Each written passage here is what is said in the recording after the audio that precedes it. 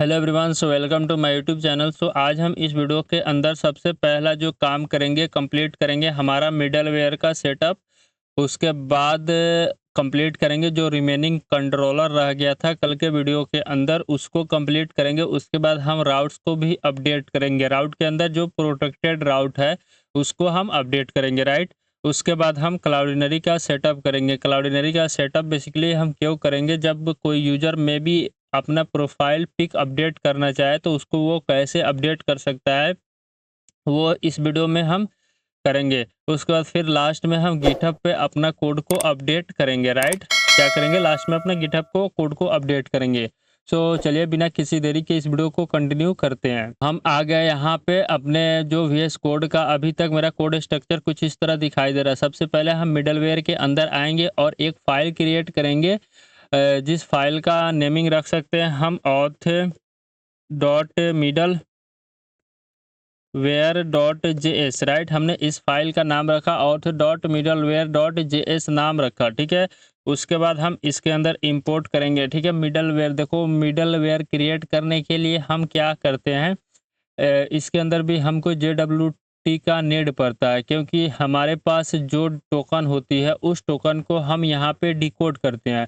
क्यों डिकोड करेंगे, क्योंकि उसके अंदर यूज़र का कुछ इन्फॉर्मेशन हमने लगा के, जिसको हम पेलोड बोलते हैं, उसको यूज करते हुए हमने टोकन क्रिएट किया था।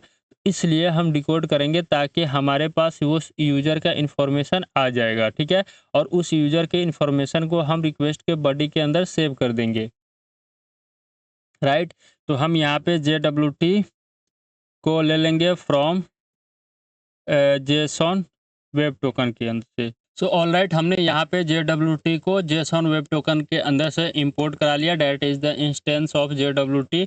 अब हम क्या करेंगे, उसके बाद हम यहाँ पे एक ऑथ मिडलवेयर क्रिएट करेंगे, जिसका यूज करके हम सामने वाले यूज़र को ऑथेंटिकेट करेंगे, राइट। क्या करेंगे, ऑथेंटिकेट करेंगे। तो हम यहाँ पे सबसे पहले इंपोर्ट करते हैं और उसके बाद कांस्टेंट ऑथ मिडलवेयर नाम रखते हैं इसका, ठीक है। हमने यहाँ पे ऑथ मिडलवेयर नाम रखा और इसके अंदर देखो तीन चीज़ पास होती है। एक तो सबसे पहले आपका रिक्वेस्ट होता है, उसके बाद रिस्पॉन्स होती है, उसके बाद एक नेक्स्ट फंक्शन होती है।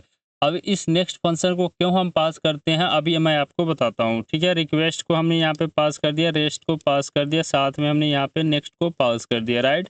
अब ये हो गया। अब इसको भी हम क्या करते हैं, ट्राई, अभी नहीं, ट्राई कैच का यूज करेंगे। ये हो गया, ठीक है। हम क्या करते हैं, हम अपने टोकन को फेच करते हैं। तो हमने टोकन को कहाँ पे सेट किया था, कुकीज के अंदर सेट किया था, राइट। टोकन को कहाँ पे सेट किया था, कुकीज के अंदर कुछ सेट किया था। टोकन को हम यहाँ पे फेच करते हैं रिक्वेस्ट डॉट कुकीज, राइट। हमने रिक्वेस्ट के अंदर तो अपने टोकन को सेट किया था, तो हमने रिक्वेस्ट डॉट कुकीज के अंदर टोकन नाम से जो सेट किया था उसको हमने यहाँ पे फेच किया। अब यहाँ पे इफ़ अगर हमारे पास टोकन, लेट सपोज हम यहाँ पे लगाते हैं नॉट, इफ़ टोकन नहीं मिला, किसी कारण बस हमारे पास टोकन नहीं मिला, तो यहाँ से हम रिटर्न कर देंगे रेस्ट डॉट स्टेटस, राइट, 401, ठीक है। और यहाँ पे जेसॉन के अंदर पास कर देंगे कि user you are not authorised to access this route. अब देखो, या स्टेटस कोड के अंदर हम जो मतलब नंबर पास कर रहे हैं, ये एक नंबर होती है कि आपको इस समय ये स्टेटस कोड पास करना है। अगर आपका रिक्वेस्ट सक्सेस हो जाता है तो उसको उसमें 200 स्टेटस कोड पास करते हैं। अगर आपका रिक्वेस्ट मतलब क्रिएट कर रहा है कोई चीज़, तो उस केस में 201 पास करते हैं, राइट। ये हो गया। अब यहाँ से हम ट्राई कैच का यूज कर लेंगे। हो गया, हमने ट्राई कैच का यूज किया। अब यहाँ पे हम क्या करेंगे, जो हमारे पास टोकन आया उसको हम यहाँ पे डिकोड करेंगे, ठीक है। डिकोड करने के लिए हम एक मेथड यूज करेंगे। JWT के अंदर एक वेरीफाई मेथड होती है, ठीक है। उसके अंदर हम अपने टोकन को पास करते हैं, फिर हम अपने सीक्रेट को पास करते हैं। जो सीक्रेट हमारा प्रोसेस डॉट env के अंदर स्टोर होगा, ठीक है। यहाँ पे इस वाले सीक्रेट को हम पास करते हैं, ठीक है। तो हमने सीक्रेट को पास किया और यहाँ पे जो डिकोडेड मैसेज होगा वो हमारे डिकोडेड के अंदर स्टोर हो जाएगा, राइट। और इस डिकोडेड को हम रिक्वेस्ट डॉट यूजर के अंदर क्या करेंगे, सेव कर देंगे, राइट। तो इसलिए हमने बोला था आपसे पहले वीडियो में, पिछले वीडियो में, कि रिक्वेस्ट डॉट यूज़र के अंदर जो भी डिकोडेड मैसेज होगा उसको हम सेव कर देंगे, ताकि हम जब भी अपना मिडलवेयर के अंदर ज़रूरत पड़े लॉगिन होने के बाद यूज़र को, तो उसको हम यहाँ से एक्सेस कर सकते हैं, राइट। ये हो गया। उसके बाद हम नेक्स्ट फंक्शन को कॉल कर देंगे। अब ये नेक्स्ट फंक्शन हमने इसलिए कॉल किया क्योंकि ये सब काम होने के बाद जो नेक्स्ट होगा वो अपना काम करेगा। अब नेक्स्ट कैसे आपको ये समझ में आएगा, जब हम यहाँ पे राउट के अंदर चलेंगे, अंदर आने के बाद आपको ये जो चेंज पासवर्ड है यहाँ पे, अब यहाँ पे नीड पड़ेगी, ठीक है। यहाँ पे हम क्या करते हैं, इंपोर्ट कराते हैं ऑथ मिडलवेयर, राइट। तो हम यहाँ पे ऑथ मिडलवेयर को हम यहाँ पे इंपोर्ट करा लिए, ठीक है। अब यहाँ पे हम क्या करेंगे, जब भी यूजर चेंज पासवर्ड करेगा तो मेक श्योर को मेक श्योर कि that user is authenticated, right. जब वो ऑथेंटिकेट नहीं होगा तो कैसे वो अपना पासवर्ड को चेंज कर सकता है, राइट। ये चीज़ है। तो हम यहाँ पे क्या करते हैं, ऑथ मिडलवेयर को कॉल कर लेते हैं, ठीक है। तो ये हुआ, पहले ये काम होगा और फिर हमारा जो नेक्स्ट हमने फंक्शन को कॉल किया था तो उसके बाद ये हो जाएगा, ठीक है। इसलिए हम नेक्स्ट को कॉल कर रहे हैं। सेम गेट मी, यानी गेट मी में आप यूजर इन्फॉर्मेशन गेट कर रहे हो, तो यहाँ पे भी आप ऑथ मिडलवेयर को कॉल कर सकते हो और उसी तरह आप यहाँ पे भी ऑथ मिडलवेयर को कॉल कर सकते हो, राइट। तो ये तीनों चीज़ में मैंने अपडेट कर दिया, ठीक। अब हमारा यहाँ पे मिडलवेयर तो ऑलमोस्ट कंप्लीट होता है।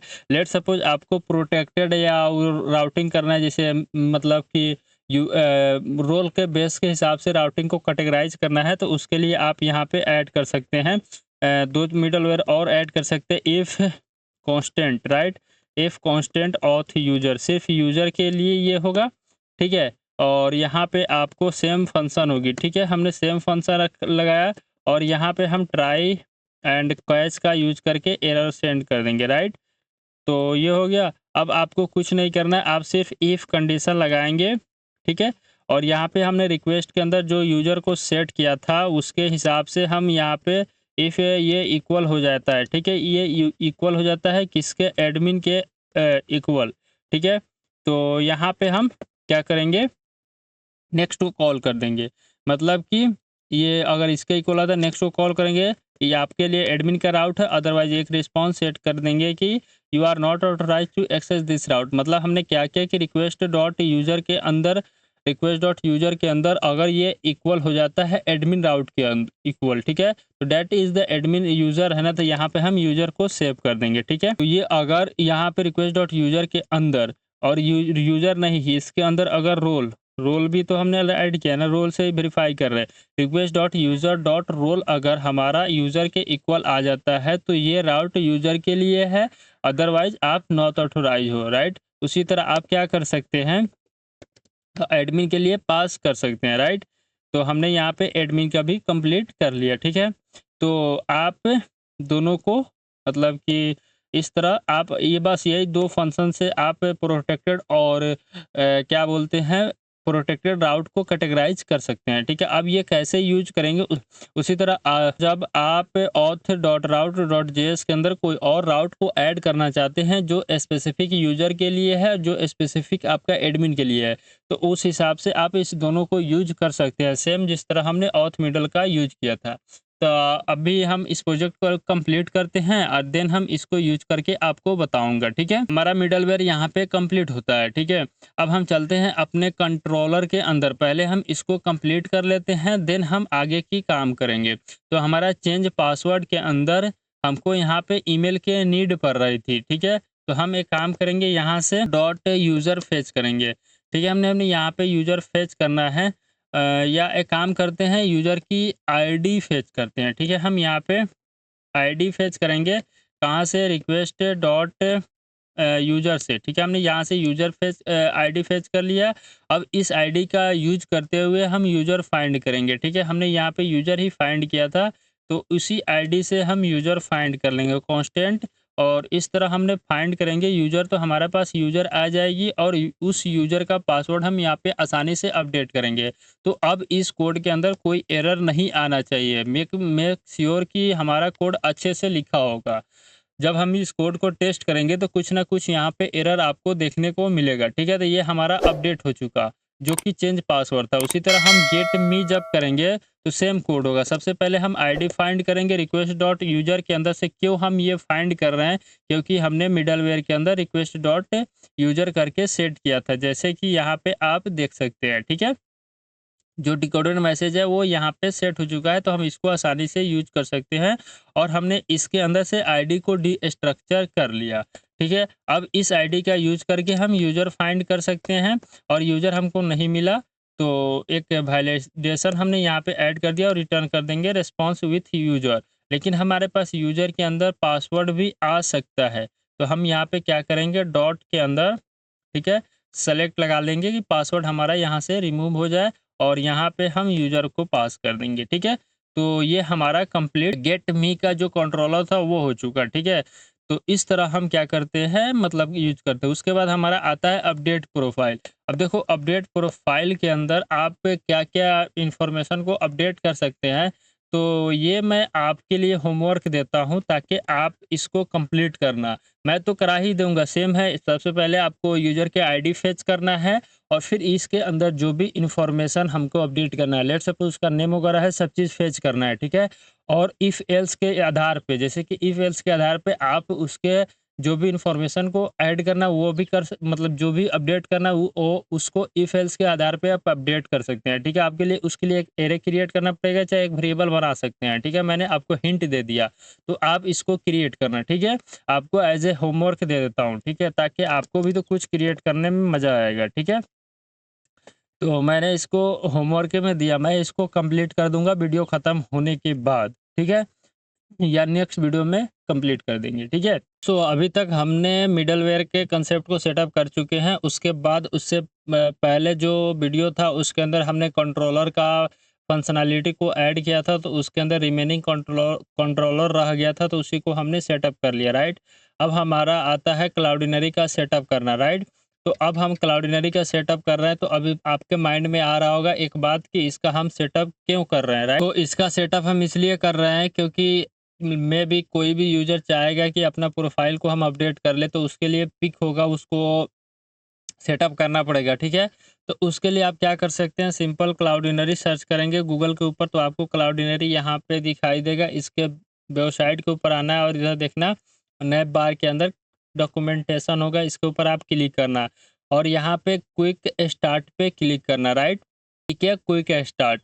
और यहाँ पे नोड जेएस का हम यूज करें, तो नोड जेएस के ऊपर आओगे तो आपको यहाँ पे सेटअप का पूरा प्रोसेस दिखाई देगा।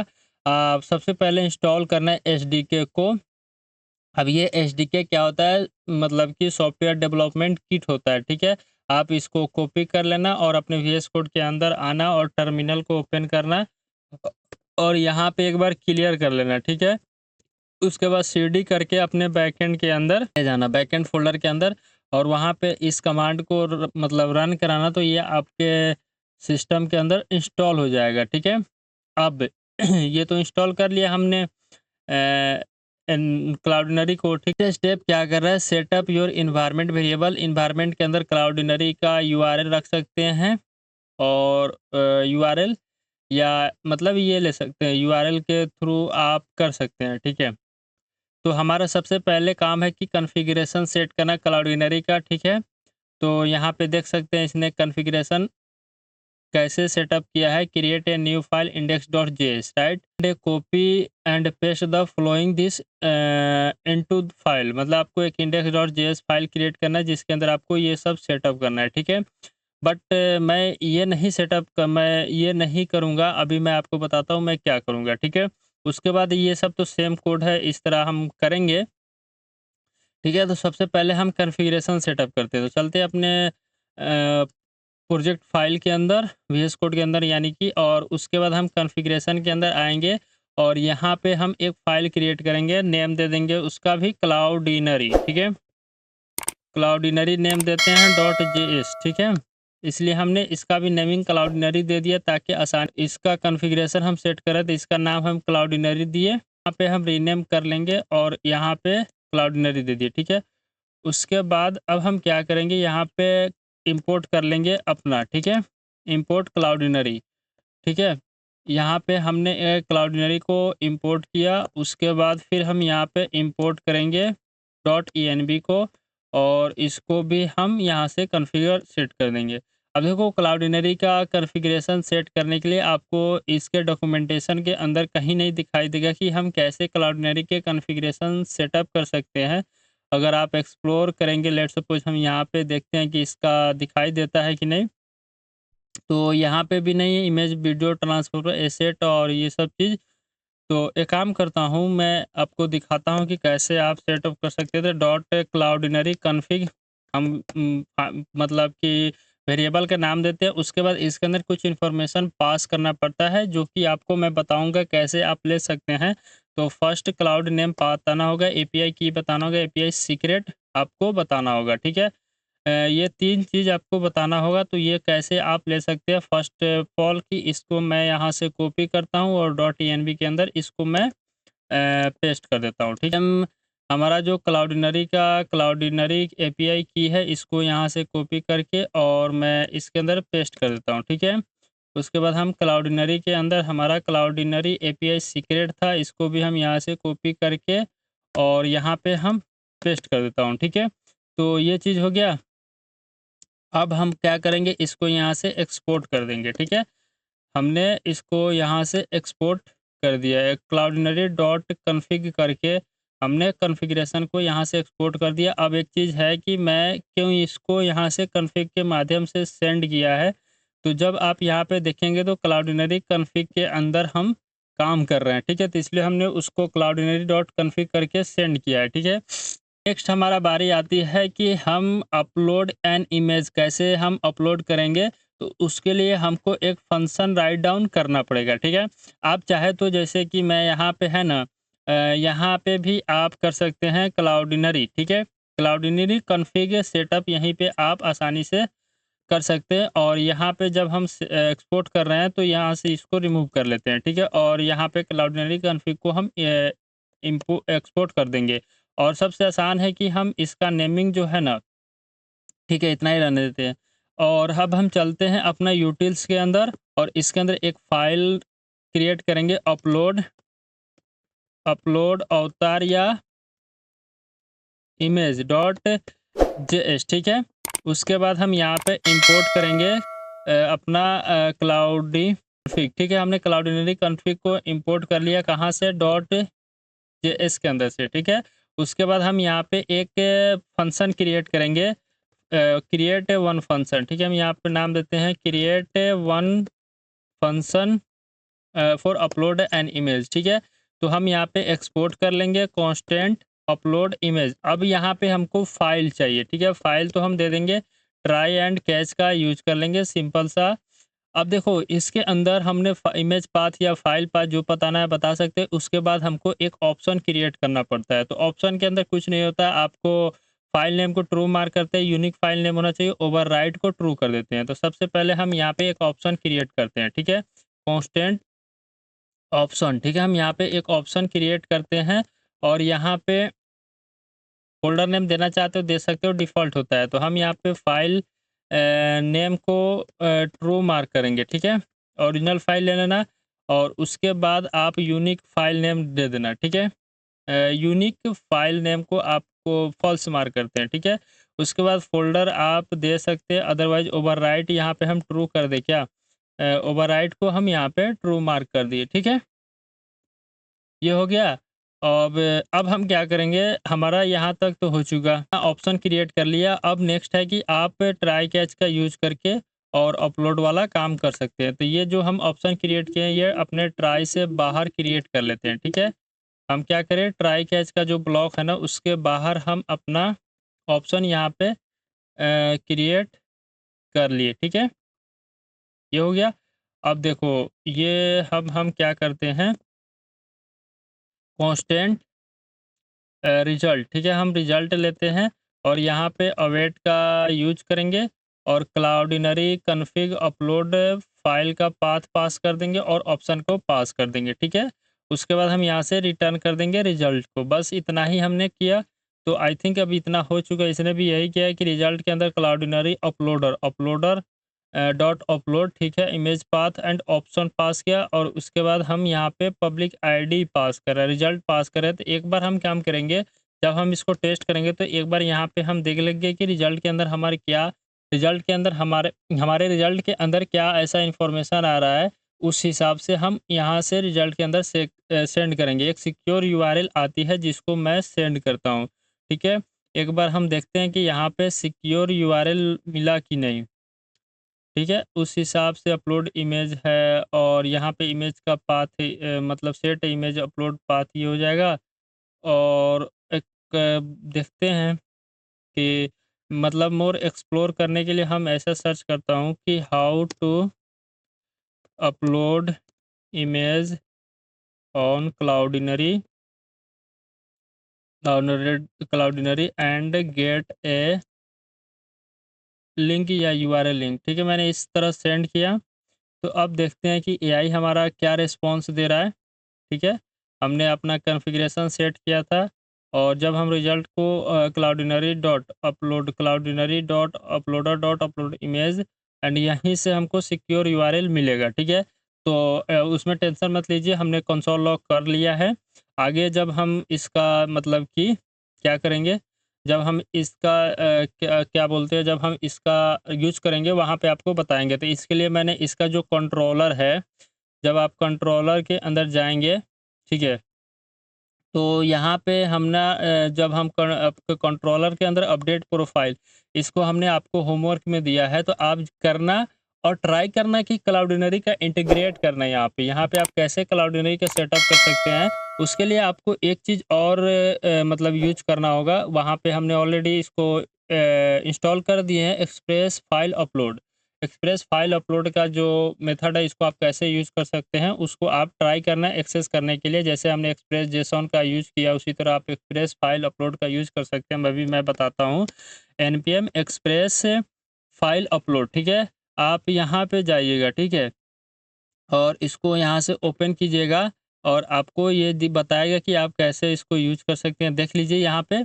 बस आपको यही सेम यूज करना है, ठीक है। आप ट्राई कीजिएगा, हुआ तो ठीक है, नहीं तो मैं इसको ऐड कर दूंगा, आप उसको देख लीजिएगा, ठीक है। इस वीडियो का मेरा जो कंप्लीट टारगेट था वो हो चुका। सबसे पहले मिडलवेयर के कंसेप्ट को समझाना, उसके बाद कंप्लीट करना रिमेनिंग कंट्रोलर्स जो पिछले वीडियो के अंदर रह गया था।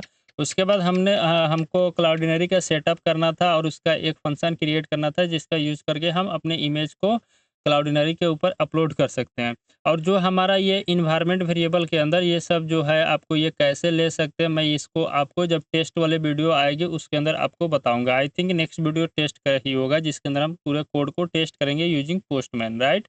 उसके बाद हमने ये तीनों कर लिया। अब ये हमारा आता है गिटहब पे इस कोड को अपडेट करना है, ठीक है।